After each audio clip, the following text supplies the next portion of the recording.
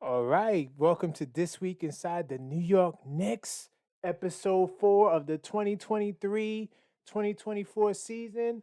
And we're going to be covering all the events that took place between November 13th to November 18th this week in the season. Sorry, I'm not on camera. I'll get on camera back for the next episode. But I just wanted to do a quick audio episode, especially for the audio people, the people that listen to audio. Thanks for checking us out. We definitely appreciate you. I know we didn't put the preseason up yet. We will do that, but in terms of the shows we did there. But to all the people on audio, salute to you. I am the objective fan straight out of Kings County, New York City's finest, and you know the vibes. Now, listen, if this is your first time hearing this podcast, typically we have the video when I'm on video, but this is the audio version. This podcast is dedicated to documenting the Knicks 365, 7 days a week. You give me 50 minutes, I give you the Knicks. So we divide up the 365 into 52 episodes for the year, but typically we do for the season. And you can literally come back to this podcast and to find all the information. All the episode notes will be on the website, so you can check it out and more. So, basically, I have a website and then a podcast that is dedicated to documenting the Knicks. And this podcast will actually grow more valuable as time passes. And so now my co-host search, still looking for another co-host. I'm getting a lot of inquiries, but it's just that I haven't really found someone that could pass the qualifications. Now, this podcast is for people that bleed orange and blue. So that's one of the main criteria. And a lot of people, they do bleed orange and blue, but they don't have some of the other requirements. But if you're good on the mic, you're doing content already, that'll be a plus. Definitely send me an email at info@theobjectiveknicksfan.com. And we got some topics. We're gonna be talking about Mitchell Robinson, his paint dominance, and I honestly believe he will be a defensive player of the year candidate.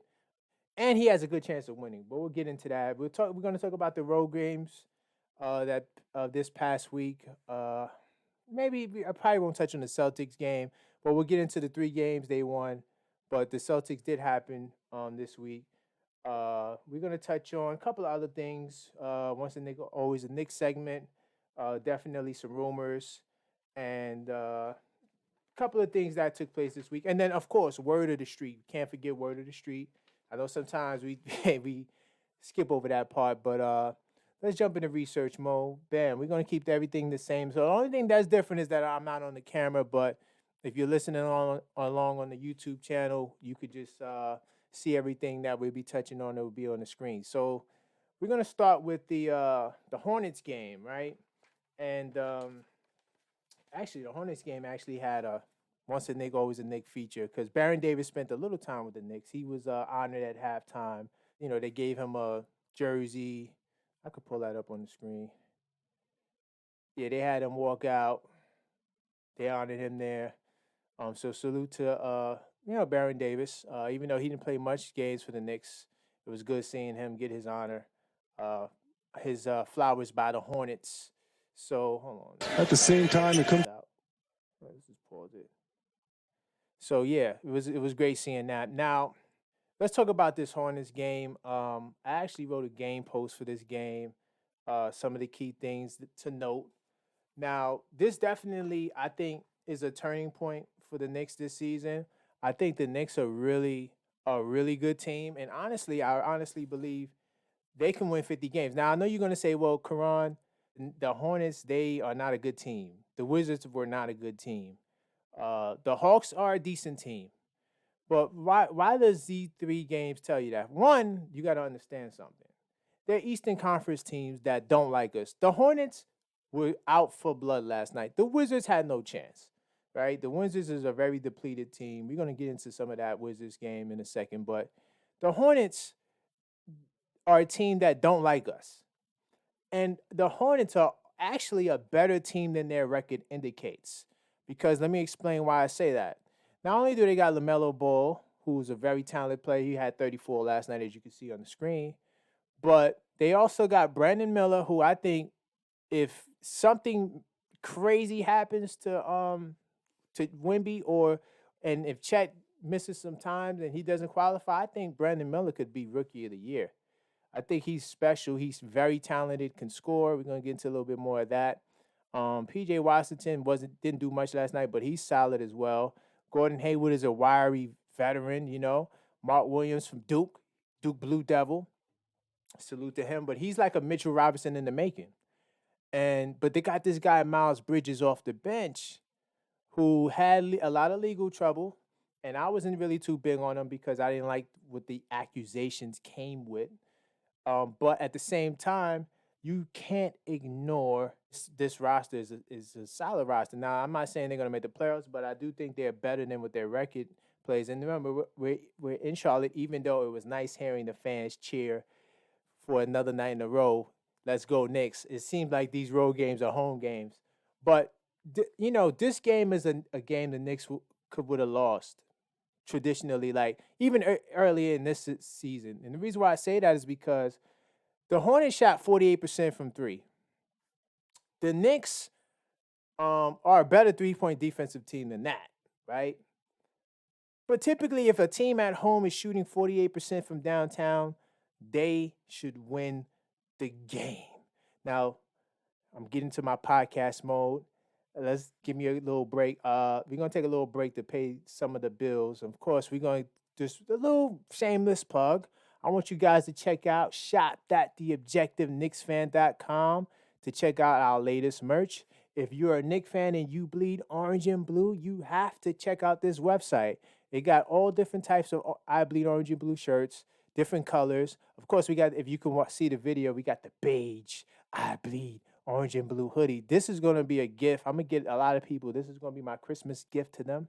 But salute to me and my fiance. She also helps out with this site because, we just want to keep all the Knicks fans looking fresh, looking fly. So definitely check out the shop.theobjectiveknicksfan.com to get all your cool Knicks merch. Okay. Knicks fan merch. But now let's get back to the show. A little shameless plug. Now, where was I? I was talking about the three-point defense, right? So three-point defense typically is something, if a team's shooting that way at home, you lose. But the Knicks, they responded with 43% from three themselves, right? They actually broke a streak because the Knicks actually had 4 back-to-back game situations this year.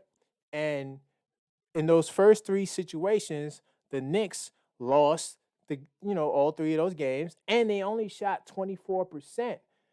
Right? So they broke that habit last night by shooting 43%, right, on the road on the second game of a back-to-back. So I think that and Donte DiVincenzo, the Nova boys, I mean, we're going to get into the Nova boys, but I think that's why they were able to overcome this game. And since we're talking about the Nova boys, right, listen, Donte DiVincenzo, I did a video on this channel. You guys can check it out where I said that Quentin Grimes should be removed from the starting lineup. Not because I hate the guy, not because he's not a talented player, not because I don't want to see the guy do well. I just think that the other options we have on this team are more polished. And so I wanted to see, Dante, Josh Hart, even Quickly was on the list, but Quickly, I think he's going for 6th man of the year. So I think that I just wanted to see the best lineup, and the best lineup is the guys that are more polished. But salute to the Nova boys. Donte DiVincenzo shot a career high, 7 threes. Of course, Jalen Brunson, back-to-back 30-point games. He was amazing. What else? Mitch set history last night. He became the 3rd all-time rebounder on the Knicks. I can't remember the exact amount. Do I have it here? I believe it was like 1,100 rebounds. That put him in third place ahead of Bill Cartwright. So he set history last night, and he came into the game with 15 more offensive rebounds than anybody else in the league, and he had another 11 offensive rebound nights. So salute to Mitch. So yeah, that's why I think this game was important. There's some more keys. Definitely check out my game post. You actually can go. The website is not fully up to date yet, but you can go also check out the game post in the community section, right, on the YouTube channel. or you can check it out on Facebook. So definitely it was there. So you can read it. I'm gonna move on. Let's move on to the next game. Oh yeah, you know my last point I want to bring up about this game, as my computer freezes. Technical difficulties, but it's okay. Brandon Miller, right, who is a talented young rookie who as like I said, I think he could actually be rookie of the year if something crazy was to happen to Chet or Wemby. This guy, even though he had hold on. Yeah, even though he had 29 points, he was a punching bag for the Knicks. I mean, he was just getting scored on left and right. Everybody was exploiting the matchup because the Hornets have a big lineup, so they go with a lot of 6, 7 guys. So he was matched up with Brunson sometimes, matched up with Randall sometimes, and he was getting the business. I felt kind of bad for the kid. So yeah, even though Brandon Miller had 29 points, he was definitely in the blender on defense. We're gonna move forward. So talked about the Nova boys. Now let's get into this Wizards game. So the Wizards game was another big game. First of all, the reason why that Wizards game was a big game, it was definitely a NBA in-season tournament game. So right now, the Knicks are 1-1 due to the win in Washington, even though it felt like New York. Once again, this was another game where the crowd was cheering, "Let's go, Knicks." You'd have thought you was in the Garden. I love seeing that. And the Knicks kind of get that love all along the East Coast. I remember when the Knicks played against Miami Heat back in the day when LeBron was there, and during the regular season, the Knicks actually beat Miami 3 games to 1. And I could remember in some of those Miami games, you would hear the Knicks chants. You would have thought that you was in the Garden. It was pretty cool. Jalen Brunson said that "Let's go, Knicks" chant uh, definitely was something cool. It was probably one of the coolest feelings, no matter what level you were. When someone in your home arena and you hear fans cheering really loud, it's crazy. Yeah, he said he thinks it's cool. I think it's cool too. But this game was important because, like I said, when we go to the end season 20, this game is definitely an important game. In fact, let's see if we can. We're gonna check the standings again. We talked about this last week, so each week there's a game. So as you can see, the Knicks is in third place right now. So the Heat and the Bucks are pretty much undefeated right now, but they're gonna have to play each other. So one of them are gonna get a loss. Uh, I think our best bet is for Milwaukee to get the win, and then we have to beat the Heat, and we have to beat the Wizards. But I think that we can. I mean, I'm sorry. I mean the Hornets. We just beat the Wizards last night. I think based off the last night's game, we can definitely beat the Hornets. So our only chance of advancing right now is us having to win out our last 2 games against the Heat and the Hornets. So it'll be interesting. It'll be interesting. So we got to see what's going to happen. Try to think anything else I want to talk about this game. Randall had 29. Randall had 29. Let's see. Let's go back to the standings. See here. No, I'm sorry. Not. Hold on. Randall had 22. Brunson had 32. Yeah. And this is another game too. When you look at the 3-point percentage, the Knicks shot 42% from downtown. I thought that was pretty interesting. No RJ this game, no Grimes because Grimes had the sprained wrist. We're going to touch more into that sprained wrist as well. And let's see what else I want to talk about this game. So yeah, the 3-point defense. Well, that's why I'm at the wrong game. Hold on. Definitely in the wrong game. Yeah, we looking at the Wizards game. I got mixed up. Sorry for the technical difficulties. This is a, one-man show. So I'm going to get it right. We were looking at the Wizards game. Right, okay. Perfect. So 22 points for Randall. Talked about the 3-point shooting. Yeah, that's all. That's all for this game. I'm not gonna, go any further. I mean, the Knicks won. It was a big win. So let's go. Let's jump into the Hawks game real quickly. A couple of things with this Hawks game. Once again, the Knicks were shooting. I mean, the Knicks have been shooting the lights out ever since the Boston game, and the Knicks shot 47% from three. Randall had 29 this game, and this game to me was one of those tough games because down the stretch we've been having an issue this year with closing out games. And luckily, our mishap with the 5-second violation, Donte DiVincenzo, he didn't really get the chance to inbound the ball. He was called for the violation. We was up 3 points. Could have came back and backfired, but the Hawks also made blunders. You know, Bogdan shot a crazy 3-point attempt with a lot of time on the clock, and it also DeJounte Murray, he had a lane violation on the free throw attempt, which was just insane.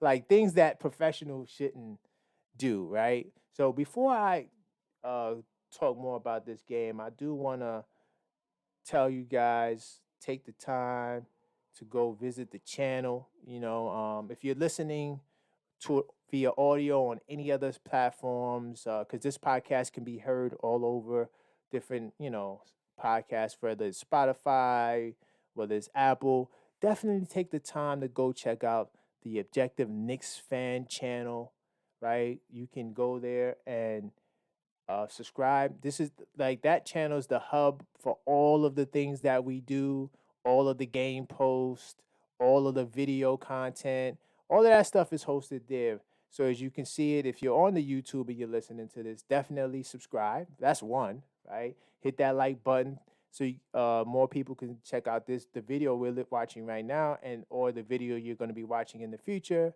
right? And definitely join our community. So I just wanted to take the time to promote the channel before we jump right back into the source. Right now, we're talking about the Atlanta Hawks, right? And our flagship topic is Mitchell Robinson, Defensive Player of the Year. We're going to get to that. Now, this game definitely, in my opinion, was definitely a showcase for Mitchell Robinson to get that. I mean, he had 15 rebounds, 6 offensive rebounds, and he had a block, a nice block too. And Mitchell Robinson he's amazing. But we're gonna get back to Mitch. The cool thing about this game was once again, like you got a home team that's shooting 38% from downtown, right? Which is not the greatest percentage, but it's a solid percentage. And typically, when you're shooting over 40% or near 40%, you're more than likely going to win the game if you're the home team, right? So the Knicks played great 3-point defense on Trae Young and Murray, except for the rest of the Hawks. The rest of the Hawks were able to light it up, especially Bogdan Bogdanovic, who had 28 points and shot 4 of 11 from downtown. However, the 3-point defense on Young and Murray was impressive to me, and that's what stood out to me in that game. I did write a game post for that. You could go to the YouTube channel or the Facebook page to get that. Or even the website. Those articles will be posted on the website as well. But unfortunately, Quentin Grimes, he bruised his hand, right? And I think there was later called a sprained wrist, but he had to miss the last couple of games. The good news about Quentin Grimes is that his injuries are day to day. So, he shouldn't be out a long time. However, he should take as long as he needs. So, I mean, I like to see Donte DiVincenzo get more time there. Because I think Donte DiVincenzo looks solid. And look, I don't want to see the kid get his spot taken off injury, right? I think that if he comes back off injury, he should go into the starting lineup. However, eventually we are going to have to ask a question if Hart or DiVincenzo. I think DiVincenzo, I like the way he looked last night. Now, the counter to that argument would be that Donte is too small. And he is small, but I mean, those Villanova guys play big. So I think that that's something to consider. So let's move forward. Of course, you guys know we lost to the Celtics during this stretch. This game is the one game I really don't want to talk about, but this game definitely took place on November 13th. So what I will say, just to highlight some things, I'm gonna jump into this Kristaps Porzingis article. So Porzingis, he rejected the old rumors that he wanted to be face of the Knicks. Now, some of you guys might remember that Kristaps Porzingis, he was rumored to want out of the Knicks, and there was trouble in paradise. And it was a couple of reasons why people, rumored or alleged to say. But one of the things they said was he wanted to be a star of his own team. So Kristaps Porzingis, after the Knicks game, he addressed the rumors, and he said, because even in Dallas, that was the thing with him and Luka. Like, he wanted to have his own team. So let's look at this. A report surfaced that was against the Knicks signing Kevin Durant for one of those reasons, right? And they're talking about the being the face of the franchise, right? He was against them getting Durant, which is crazy. If you have the opportunity to get Durant, I mean, but once again, KP's denying that, right? But this is according to the New York Post. This is where I'm reading from. But now in Boston, Porzingis is most definitely playing without the ball and most definitely a step below Jason Tatum. That's a fact on the star power depth chart, and he couldn't be happier. Maybe it was falsely pushed. I never felt that way because today's league is, other than Nikola Joker and Joel Embiid, it's a guards league, Porzingis said. It's mostly guards and small forwards. So I knew that if I wanted to win, you're going to have to play with somebody. I mean, it makes sense. I don't know if KP's telling the truth here. Maybe he is. I mean, and listen, he was a young guy. He's a little older now. When you get older, comes a little certain level of maturity. And it was never an issue for me. I think it was never an issue for me. Why did he say it twice? And it was never an issue for me. I think it was never an issue for me. Is he trying to convince himself? It was always this narrative that was out there that I think some of the guys that know me closer know how I am. And of course, when you're younger, you're a bit more cocky and arrogant. I just said that. It's just natural. You're mature, you get older, you understand things better. I never had a big issue at all. I don't know. He sounds like he's trying to convince himself. Sounds a little like he's trying to convince himself. I mean, what do you guys think? Let me know in the comments box if you listen up to this point. I want to know, do you think KP's telling the truth? I don't know, family. I don't know. Let's see. So let's jump into the fast ship topic. Mitchell Robinson, Defensive Player of the Year. Okay. Salute to CP, Knicks Fan TV. This is a SNY article, and they're talking about Mitchell Robinson's early Defensive Player of the Year campaign. Now, at first, right, and you know what? I'm gonna pull up a basketball reference form. But at first, I kind of was second guessing Mitchell Robinson, Defensive Player of the Year, because I'm like, you know what? He's so dominant on the offensive glass that I feel like, not that he's neglecting his defensive side of the ball, because he's still a terror down there. He's still looking to catch your shot. If you think you're just going to go up against Mitchell Robinson, you're going to have another thing coming, right? But his blocks was like one a game early in the year. I mean, it's gone up to 1.2, as you can see on the screen.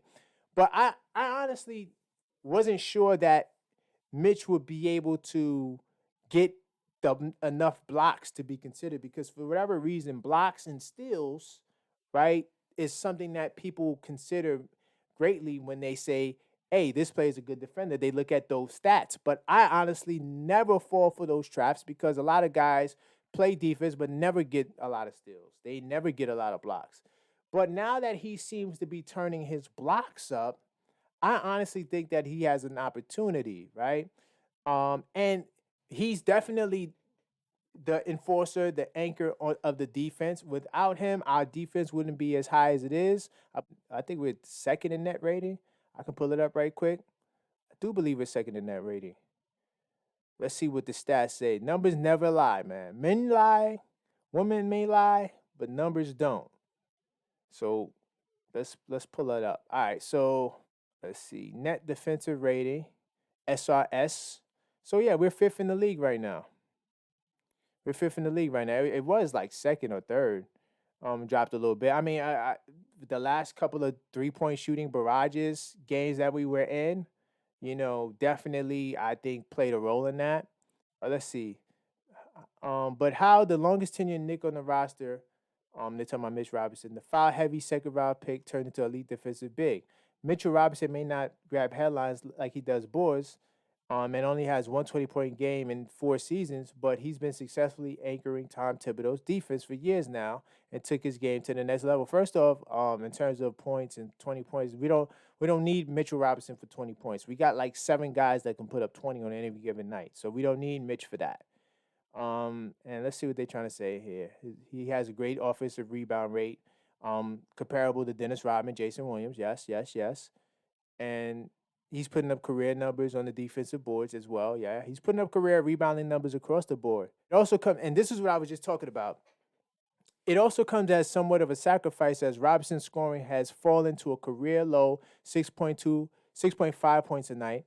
These opportunities usually come from lobs, dunkers, spot finishes, putbacks, but Robinson is trading some of his own looks on the glass to find better options on offense. Yeah, it doesn't help his shooting. Yeah, his free throw shooting has been pretty bad, right? He's shooting a career low 38.5%. And he tips the ball away instead of looking to score.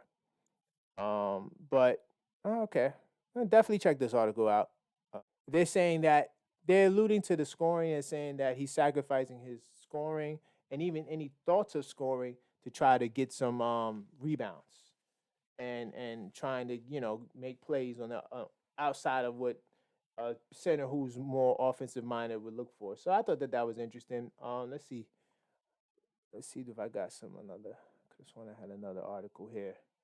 I do want to say this. Another thing I want to add to the Mitchell Robinson defensive player campaign is Jaren Jackson Jr., right? He was the number 4 pick in the 2018 draft. He has 576 blocks, 246 steals, and 7,624 career minutes, right? Mitchell Robinson, who was the 36th pick in that same draft, right? He has 575 blocks, 266 steals, so he has more steals, right? And he has a couple of fewer blocks, and he has about 3,000 less minutes at 7,327 career minutes. And they're saying here that Jackson has won Defensive Player of the Year, and he's a 2-time All in Defensive Team. But Mitch has never won the award, even though his stats are comparable. And I think that's because when you're coming in at the number 4 pick, you get more eyes on you, more attention on you, more you're highly regarded versus Mitch, who's coming in at the 24 pick.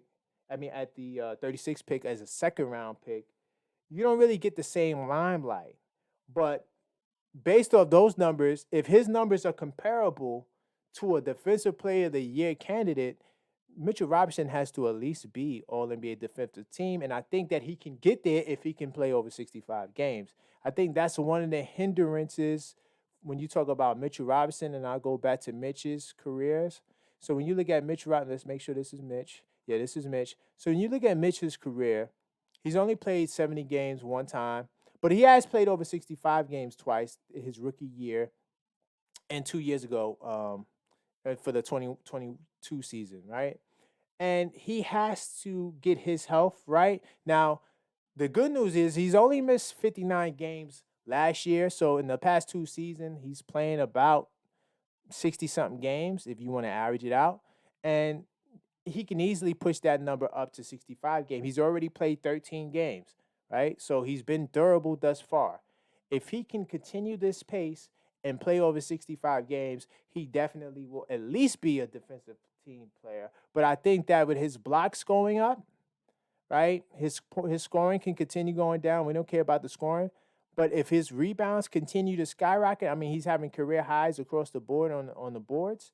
I think that, he's going to be strongly considered for Defensive Player of the Year because let's face it. Let's pull up Jaren Jackson, right? Who was the Defensive Player of the Year last year. Let's look at his durability and his numbers. We already saw that it's pretty comparable to Mitch, but let's look it up, right? Now he's averaging 20 a game this year. He averaged 18 last year. Let's look at the last year's stats. So that's one thing. Another thing too he has over Mitch is that he can score the ball. So the scoring makes the game sexy, right? However, he's not a rebounder at all. So if you want to take the scoring versus the rebounding, it levels out, right? Now he had 3 blocks a game last year, right? Tremendous. 3 blocks a game is impressive. That's also a career high from him, right? And he's a way better free throw shooter than Mitch. So his game is just way more sexier than Mitch, right? He just has a sexier game. But he only played 63 games last year. In fact, he only has 1 season where he's played over 65 games, and that's the 22 season where he played 78 games, right? But every other year, he's missed a ton of games, right? He's missed a ton of games. He only played 11 games in 2021. So he's actually played more games this year than he did in the entire 2021 season, which is 12 games. Now, this is going to be a hurdle for Jackson because he wouldn't have been Defensive Player of the Year last year with the new 65 game standard. So now these guys have to play over 65 games, right? And if you want, we can look at the pull up the teams of the guys that made it so we can see. Yeah, let's pull it up. So we're gonna look at, so this is last year awards, right? And I'm just gonna focus on defense for now. Now, let's look at the amount of games these guys played. So we're gonna go individual. I know Mobley played like 70 something games. Mobley's gonna get the criteria for games. So I think Mobley's gonna be the one guy that's gonna make it tough, right? So Brook Lopez played 78 games last year. But if you look at the year before that, he only played 13 games. But Brook Lopez is pretty durable. So if he doesn't get a major injury, Brook Lopez will be in the runnings. Now, this year, let's look at his stats this year. This year, 2.8 blocks. The blocks alone gets him there. But his rebounding, this guy's an average. He's a 7'1" monster. He only has 4.6 rebounds.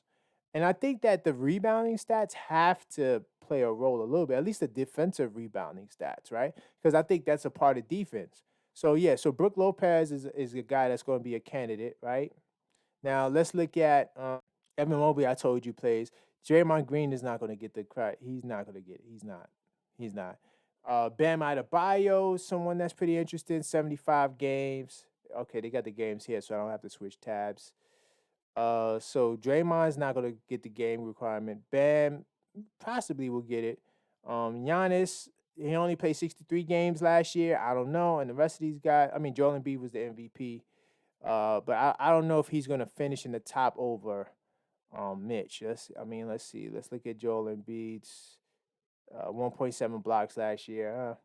Yeah, I don't know about Joel Embiid. Nick Claxton, I don't think he's going to have the game requirement. He's missed some time this year. Maybe he will.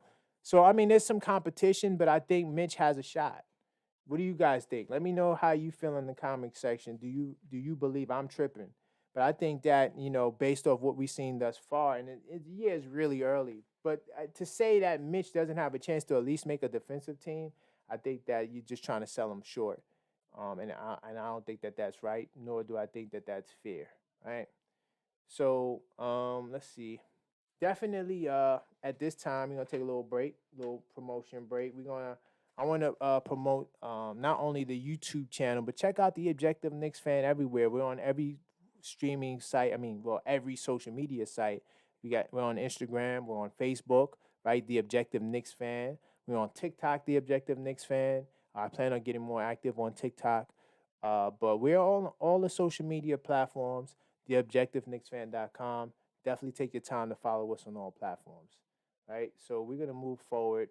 Also, salute to you if you made it to this far in the podcast. You are a true rock star. You are a true Knicks fan. You bleed orange and blue. I believe you because you're sticking with the channel. Julius Randle bounces back. Yeah, we know he bounced back. Julius Randle had a tough go early in the year. He was recovering from his ankle surgery, right? So we talked about that. But Julius Randle bouncing back in the big way after slow start. This is a New York Post article. I'm gonna skip on that. You can check that out on the website. All of the links will be posted if you want to get more details with the podcast notes. So we're gonna jump into our Once the Knick, Always the Knick segment, right? And we're gonna talk about Mark Jackson. Now, I did a video, so I'm not going to spend too much time here. I did a video on the channel talking about the real reason why Mark Jackson is not working with the Knicks, right? And so he's definitely fed up over reports. Salute to Mark Jackson. I'm going to say this, based on what we covered in that last video, Mark Jackson definitely is an honorable guy. And I think that his being fed up over the MSG ban is justified. You can check this article out. This will be in the website notes. But definitely go watch the video. It's on the channel. You have to check out the content and see what we're talking about on this channel, man. I think that I spent a lot of time breaking it down and really giving you the insight. I side with Mark Jackson on this issue, right? And I side with the Knicks too. And you'll see when you watch the video that it's not a Mark Jackson versus the Knicks thing. Now, once a Knick, always a Knick. I want to give my condolences to Johnny Green's family. He was a Knicks All-Star. He passed away. I have an article here from the New York Times. This was posted on November 16th, 2023. And he passed away. And, I just want to send my condolences with him. Once a Knick, always a Knick. We bleed orange and blue. So we follow all the legends in the histories of New York Knicks basketball. He was an all-star in the 60s. He had great leaping ability, and he was definitely someone that I think deserving of praise. If you want to check it out, it's a great article from the New York Times. Now, one of the things I would say is that I have a lot of subscriptions, so that's why I'm able to watch all this stuff. I mean, I know I'm not logged in right now, but typically, it costs to get these good articles. But I think the New York Times has a really good article on him, so you could go check that website out. I just wanted to give him the condolences, and if we could do a moment of silence for the Knick legend, Johnny Green. All right. Hopefully the wise cut doesn't cut that out. It probably will, but I'll try to keep that in there. Now, let's jump forward. Salute to Mark Jackson, man. Salute to Johnny Green's family. How we get down. Once a Knick, always a Knick. Knicks family. So before we continue, I want to jump into a little bit of word on the street. Let's see where we left off at. First off, once again, 500 subs. I just want to thank the family for that, helping us get there. So let's see. We'll start here. I'm not sure if this was, I think we did talk about that in the last podcast. All right. So we're going to jump here. So this was after the Knicks lost to the Celtics, and that game was kind of like a real eerie game because I felt so confident going in, but as the game approached, I felt like, oh man.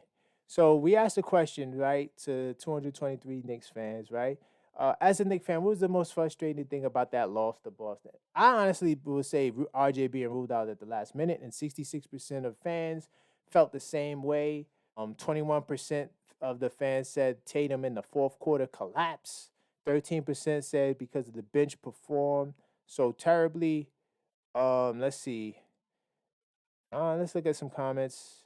Let's see. The moment RJ wasn't playing, I knew the game would play out exactly as it did. The Celtics always start off cold, but end hot. Randle doing Randleish things. I turned that ISO ball running up the shot clock BS off and went to sleep before the fall. Has a lot of people that love him and hate him. And clearly this guy is not the biggest Randle fan, right? And same thing. Once I got the news that RJ wasn't playing, that was it for me. I mean, I was like, yeah, we're not going to win this game. And it's unfortunate because I felt like with a healthy team, we definitely would have won that game against the Celtics, right?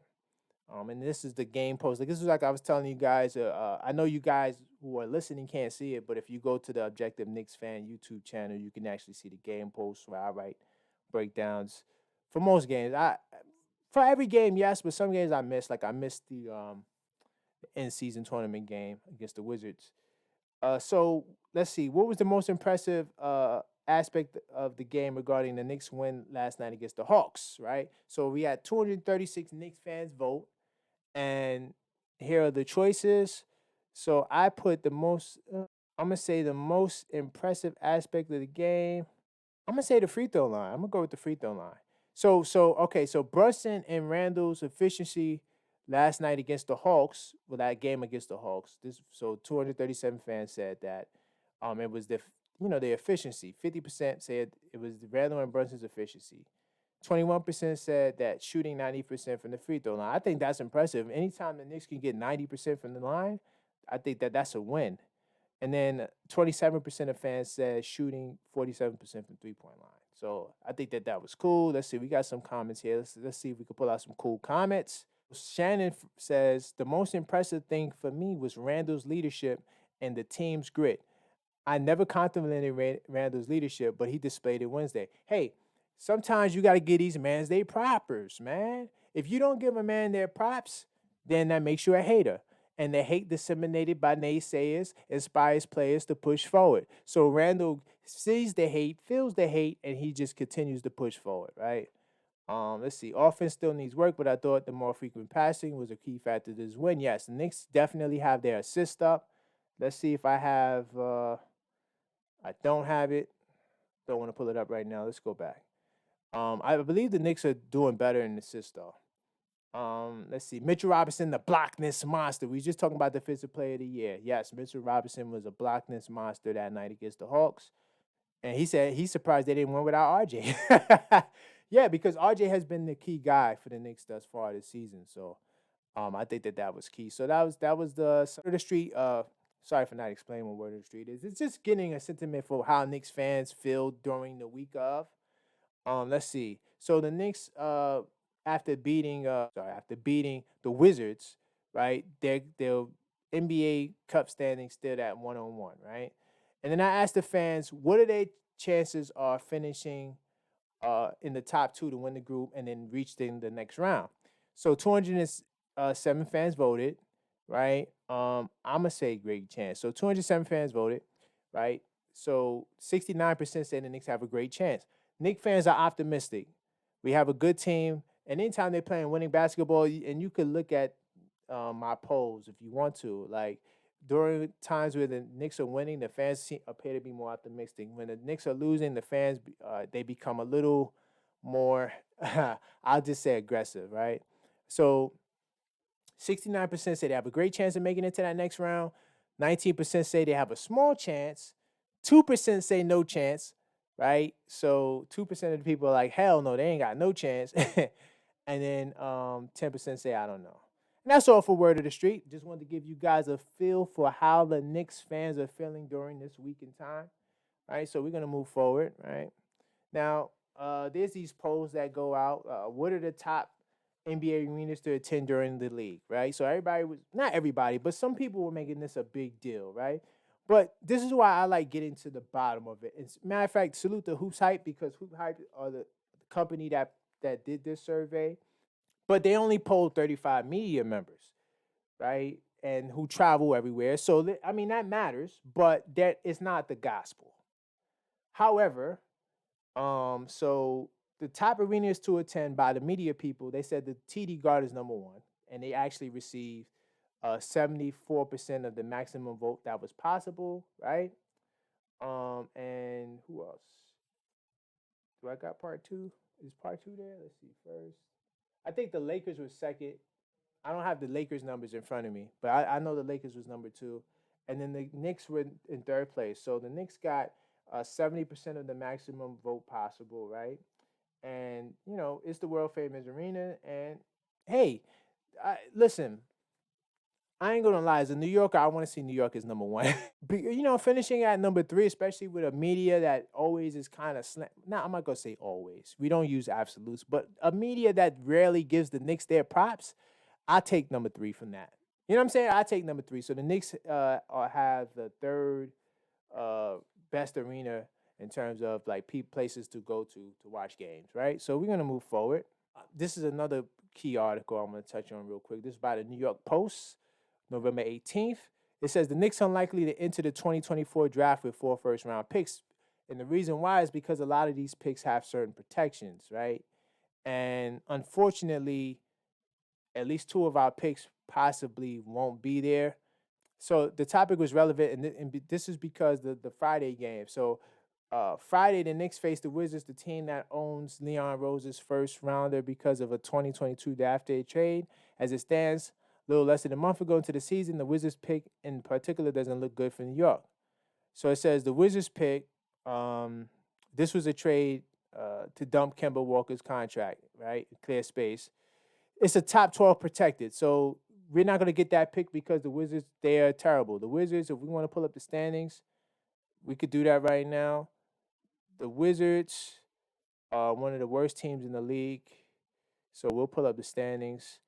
And right now they're 2-10. So they would have to finish like, I don't know, like in the play-in. So yeah, they would have to finish in the play-in for us to hopefully get that pick. It's not going to happen. Let's look at the other picks right quick. So you have the Pistons is top 18 protected. Let's go back to the standings. Once again, when you look at the standings, you will see that the Pistons, hold on, where was I at? I lost my window. Definitely lost my window. Give me a second. I'm going to get it back. All right, so yeah, I'm right here. So when you look at the standings, the Pistons is 2-11. So what are the odds the Pistons, improving? I doubt it. Even though I think the Pistons do have a nice team, but definitely they're going to be within the top 18. Let's look at the Mavericks pick is top 10 protect. Now we could possibly. That's what I said. So we probably go into the season with 2 picks.